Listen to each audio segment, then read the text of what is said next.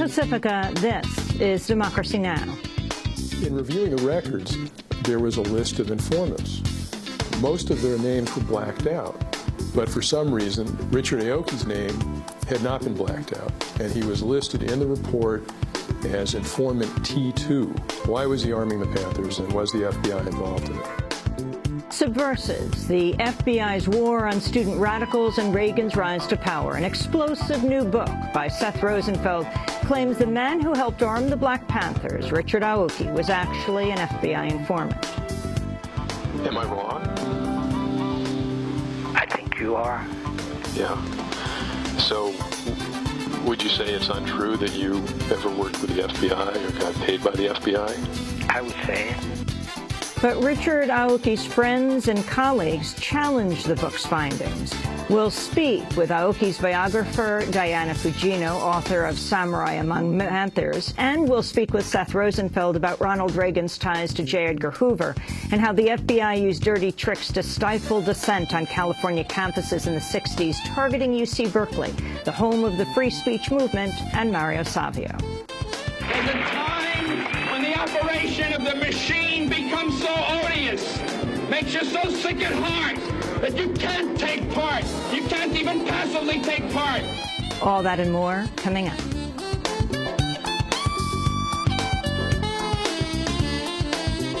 Welcome to Democracy Now!, democracynow.org, The War and Peace Report. I'm Amy Goodman.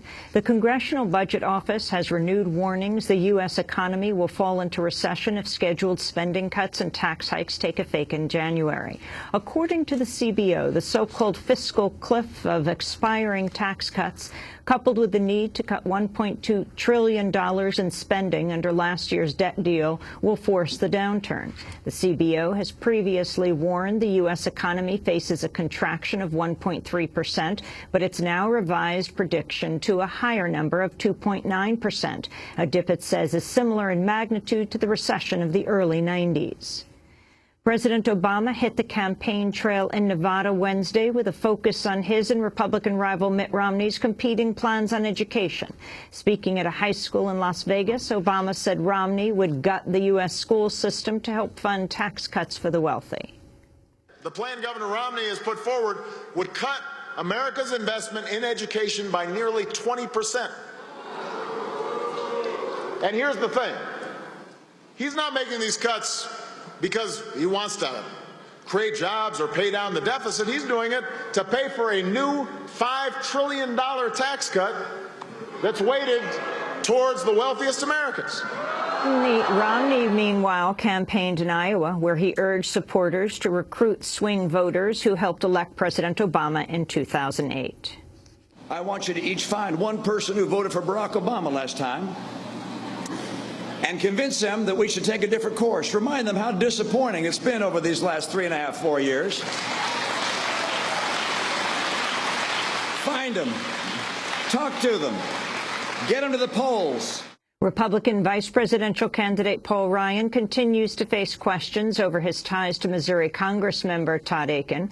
Republicans have urged Akin to drop his Senate bid following his claim that women's bodies can prevent pregnancies in cases of what he called legitimate rape.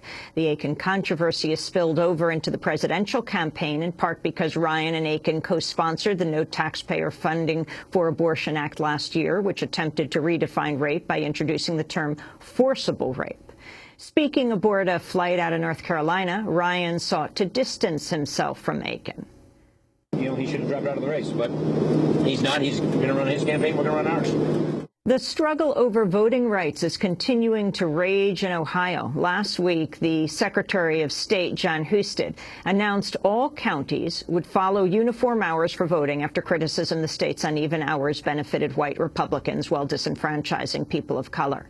Advocates had continued to push for early voting to be extended to the weekends. But a few days ago, Husted suspended 2 local election officials who voted to extend early voting to weekends in one county. Tension increased this week when the chair of the Republican Party in another Ohio county was accused of making a racist statement. Doug Price, a top advisor to Republican Governor John Kasich, was quoted in a local paper saying, quote, "I guess I really actually feel we shouldn't contort the voting process to accommodate the urban, read African-American voter turnout machine." Syria's capital of Damascus is seeing some of its heaviest fighting between Syrian government forces and rebels so far this month. At least 40 people were killed Wednesday in government shelling and raids in Damascus's southern districts. The violence coincided with the departure from Syria of the last international monitors with the expired UN mission. Also Wednesday, UN humanitarian chief Valerie Amos launched a new appeal for international aid to help displaced Syrians. I'm also extremely concerned that all parties to the conflict are failing to comply with international humanitarian law, which sets out clear rules on the protection of civilians. This conflict has taken on a particularly brutal and violent character. We have all seen distressing images on our television screens, and it is ordinary women, men and children who are caught in the midst of it. United Nations Secretary General Ban Ki-moon has rebuffed calls from the United States and Israel to boycott an upcoming international conference in Iran. On Wednesday, a UN spokesperson confirmed Ban will attend next week's gathering of non-aligned developing nations in Tehran.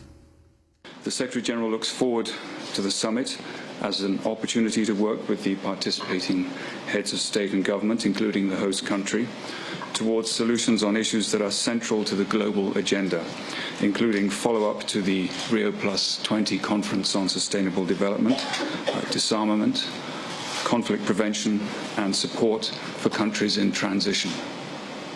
The Secretary General also takes seriously his responsibility and that of the United Nations to pursue diplomatic engagement with all of its member states. Clashes have erupted between protesters and government forces in Bahrain at the funeral of a young demonstrator. The victim, 16-year-old Hassama Haddad, was killed Friday in what activists called a brutal attack by the Bahraini police. Violence erupted at Haddad's funeral, with police firing tear gas and arresting at least 8 people. Bahrain is a key U.S. government ally hosting the Navy's Fifth Fleet. Anonymous government officials are claiming the Obama administration has yet to decide on whether to bring criminal charges and attempt to extradite WikiLeaks founder Julian Assange. Speaking to Reuters, several unnamed officials said the likelihood of a case against Assange in the United States is probably receding rather than growing. Assange was granted asylum by Ecuador last week to avoid extradition to face questioning on sex crimes allegations in Sweden. Ecuadorian President Rafael Correa has said Assange would agree to go to Sweden if it could not guarantee he won't be sent on to a third country. On Wednesday, Correa rejected calls from U.S. opponents of Assange and WikiLeaks to punish Ecuador for granting him asylum. Estados Unidos en su discurso dice que no tiene nada que ver con el caso Assange y ahora senadores. The United States in speeches say they have nothing to do with the Assange case, but now senators threaten to sanction, in quotation marks, Ecuador for granting asylum to Assange. Removing tariff preferences. Keep your tariff preferences. And if you want a contribution from Ecuador for a course in ethics and training in human rights, use these resources. The island of Hispaniola, home to Haiti and the Dominican Republic, is bracing for a potential hurricane with the approaching tropical storm Isaac. The storm is gathering strength as it barrels toward the 2 neighboring island countries. There are fears Isaac will trigger massive flooding and landslides in Haiti, as in storms of years past. Here in the United States, officials in Florida have raised the possibility that Isaac may force the delay or cancellation of the Republican convention in Tampa next week. Federal health officials are reporting the U.S. is facing one of its worst-ever outbreaks of the West Nile virus. The Centers for Disease Control says 1,118 cases and 41 deaths have been reported across the country, a major jump even from just a week ago. Texas is bearing the brunt of the outbreak, accounting for more than half of this year's cases. California Governor Jerry Brown has declared a state of emergency in 3 northern counties where wildfire is raging out of control. The Ponderosa fire has already engulfed an area spanning 24,000 acres, forcing 3,000 people to flee their homes. A New York Times investigation has revealed how an energy company with close ties to President Obama may have received special access to the administration and possibly exerted influence on environmental regulations. Records show executives from Exelon met unusually frequently with top members of the Obama administration during crucial moments in the development of environmental regulations. Those regulations ended up being drafted in a way that hurt Exelon's competition while softening the regulatory blow for the company and its allies.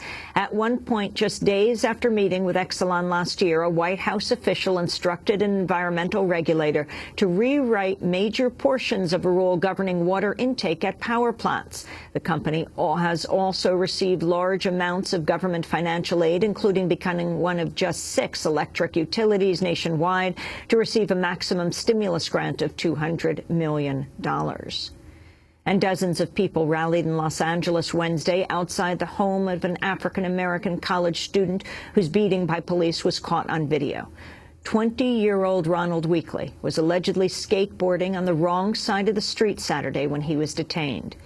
Video from bystanders on the scene shows police officers punching Weekly as they hold him on the ground. He was left with a broken nose and cheekbone.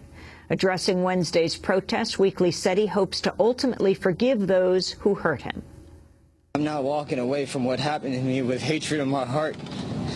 I'm walking away with love and forgiveness in my heart. And I'm making a better situation after what happened. Weekly faces charges of obstructing an officer. The LAPD says it's investigating for potential misconduct. And those are some of the headlines. This is Democracy Now!, democracynow.org, The War and Peace Report. I'm Amy Goodman. And I'm Juan Gonzalez. Welcome to all of our listeners and viewers around the country and around the world.